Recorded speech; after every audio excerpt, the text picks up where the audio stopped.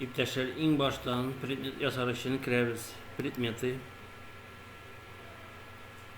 Мында кіргеннен соң сіздің бұлар енді создать предмет бұлар бірде болмағаш. Менің бетінде информатика và физика бар. Редактировать-қа басып кірем мен. Сіздің создать болғанымыз. Міне мында создать предметқа басабыз. Ең баштан название предмета бұл қазір сіздің 5 классыңыз болса да, мысалы үшін ең баштан есімін қоябыз. Misal şimdi matematik yazayım. Matematika.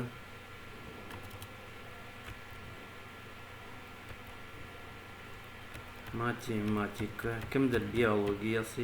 Matematika. Üzerinizin familiyanızı koysanız bulan. Matematika.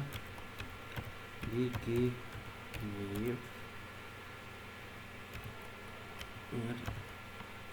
Мында название уже классын қоябыз.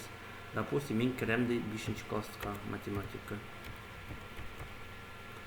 И мында иконкасын выбирать дебіз. Бұл да математиканы іздеп табабыз. Башқаларыңыз енді өзіңіздің предмет. Тип предмета тоже. Шушы өзіңіз ясый тұрған предметнікін выбирать десіз. То есть, мене бұл асқы 2 бағанада предметні выбирать. Создать.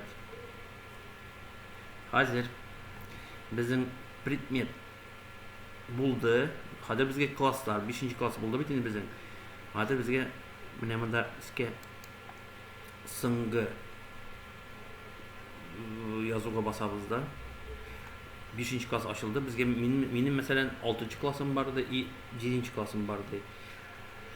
Создать программуға басабыз.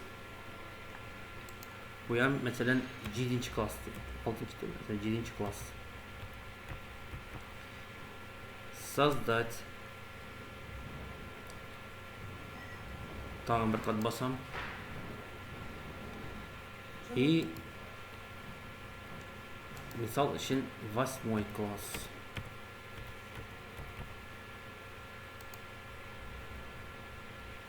Міне шушайтырып, менің классларым создаваться етілді.